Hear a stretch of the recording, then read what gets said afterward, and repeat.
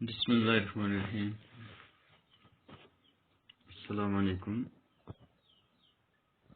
अज़ीज़ तलबा व तलबात।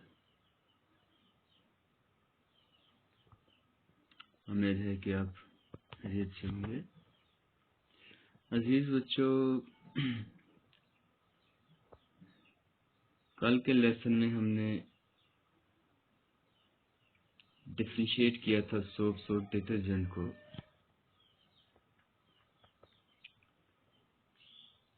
यानी ये दो चीज़ें हम डेली लाइफ में इस्तेमाल करते हैं,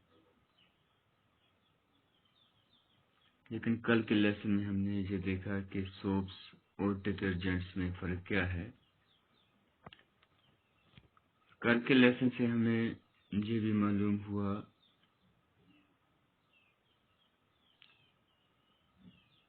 कि सोप ये सोडियम और पोटेशियम साल्ट्स होते हैं हायर फैटी एसिड के, लेकिन डिटर्जेंट्स होते हैं ये मोस्टली सल्फोनेट्स होते हैं, लॉन्ग चेन्स ऑफ हाइड्रोकार्बन। और हमने ये भी देखा कि सोप जो है ये अच्छी तरह काम नहीं करता है विद हॉट वाटर, लेकिन डिटर्जेंट हॉट वाटर के साथ काम करता है। सोप्स जो है ये न्यूट्रल्स और एसिडिक सॉल्यूशंस में काम नहीं करता है, लेकिन डिटर्जेंट्स एसिडिक और एल्कालाइंस और न्यूट्रल सॉल्यूशन में अच्छी तरह काम करता है।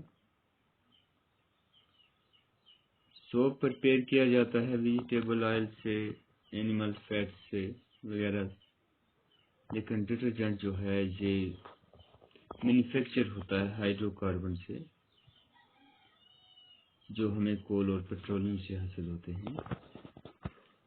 तो हमने यहाँ ये भी देखा कि सोप जो है ये बायोडिग्रेडेबल चीज़ है, लेकिन डिटर्जेंट जो है ये नॉन बायोडिग्रेडेबल चीज़ है। डिटर्जेंट पोल्यूशन क्रिएट करता है, जबकि सोप से पोल्यूशन नहीं होती है।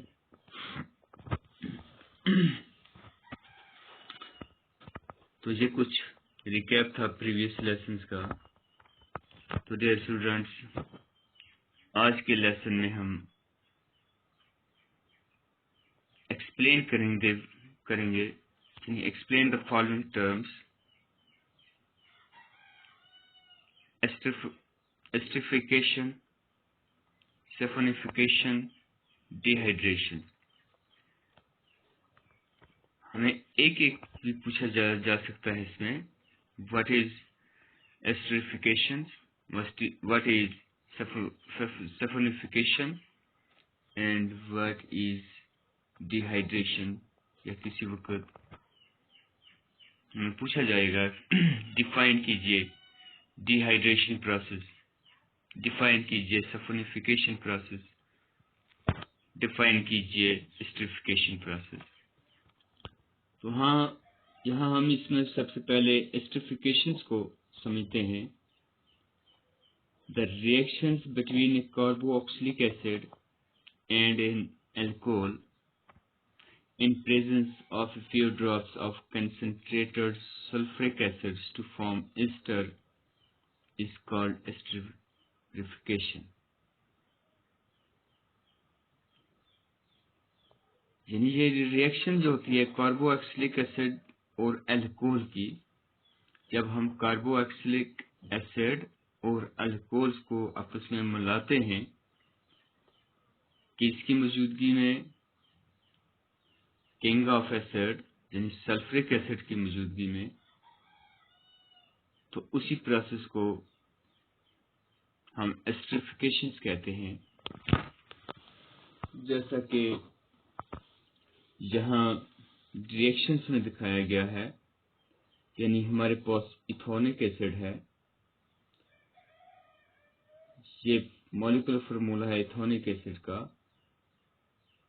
तो इसके साथ जिस वक्त हम रिएक्ट कराएंगे इथेनॉल्स को, अल्कोहल इसके साथ, ये इथोनिक एसिड है, इसके साथ इथेनॉल्स या अल्कोहल्स रिएक्ट होगा in presence of sulphuric acid,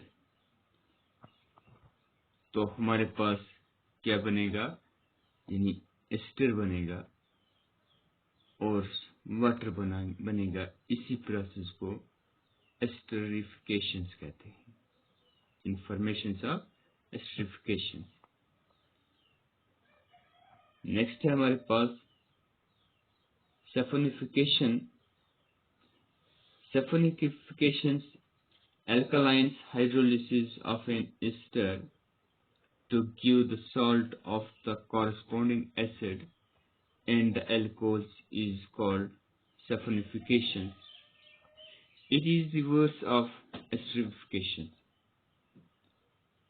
Alkaline को जब हाइड्रोलिसिस किया जाता है, alkaline hydrolysis of an ester, जब एस्टर को हाइड्रोलिसिस किया जाता है और क्या to give the salt of the corresponding acid, और वहां से सॉल्ट बनता है एंड अल्कोहल बनता है, और इसी प्रोसेस को सैफोनिफिकेशन कहते हैं।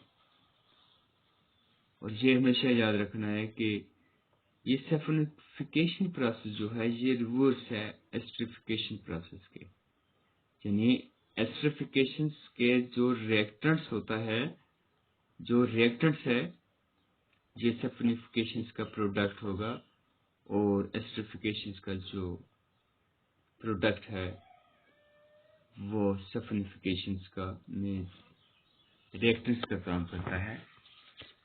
तो जहां हम देखते हैं क्या रिएक्शन हो रही है, हमारे पास जहां रिएक्शन है जैसे CI3C COH CI2CI3 इन इथाइल एथोनेट, ये हमारे पास प्रोडक्ट जो है ये इथाइल एथोनेट है। अब इसके साथ सोडियम हाइड्रोक्साइड रिएक्ट हो रहा है, तो इसको क्या करेंगे हम, इसको हीट जब होगी, इन प्रेजेंस ऑफ हीट, तो इससे क्या बन गया हमारे पास सोडियम एथोनेट।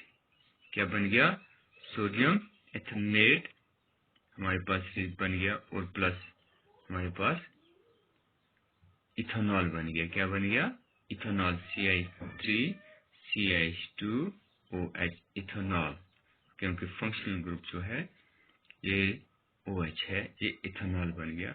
और ये जो है सोडियम एथोनेट जो है ये साल्ट है। तो इसलिए एस्टरिफिकेशन जो है ये रिवर्स है किसका, एस्टरिफिकेशन का। तो थर्ड वन जो है हमारे पास ये है डिहाइड्रेशन। अब डिहाइड्रेशन क्या है, dehydration mean removals of molecules of water. हम लोकल लैंग्वेज में उसको डिहाइड्रेशन हो गया, ये लॉस ऑफ वाटर हो गया। Dehydration means removals of molecules of water when ethanol is heated with concentrated sulfuric acid at 443 Kelvin. It undergoes dehydration to form ethene. Dehydration का मतलब ये है कि removals of molecules of water, कि molecules water का molecules से remove हो जाता है। कब, जब इथेनॉल्स को हम हीट करते हैं इन प्रेजेंस ऑफ कैटालिक्स, ये जो H2SO4 है ये कैटालिक्स का काम करता है, जैसे प्रीवियस लेसन में हमने पढ़ा है, यानी जहाँ कैटालिक्स H2SO4 काम करता है, और इसका जो टेम्परेचर एट टेम्परेचर 443 केल्विन, और इट अंडरगोज डिहाइड्रेशन, और ये इसमें डिहाइड्रेशन होता है और क्या बनता है, इथीन बनता है। क्या बनता है, इथीन बनता है। तो हम रिएक्शंस में देखते हैं, जैसे हमारे पास CI3CH2OH यानी इथेनॉल है।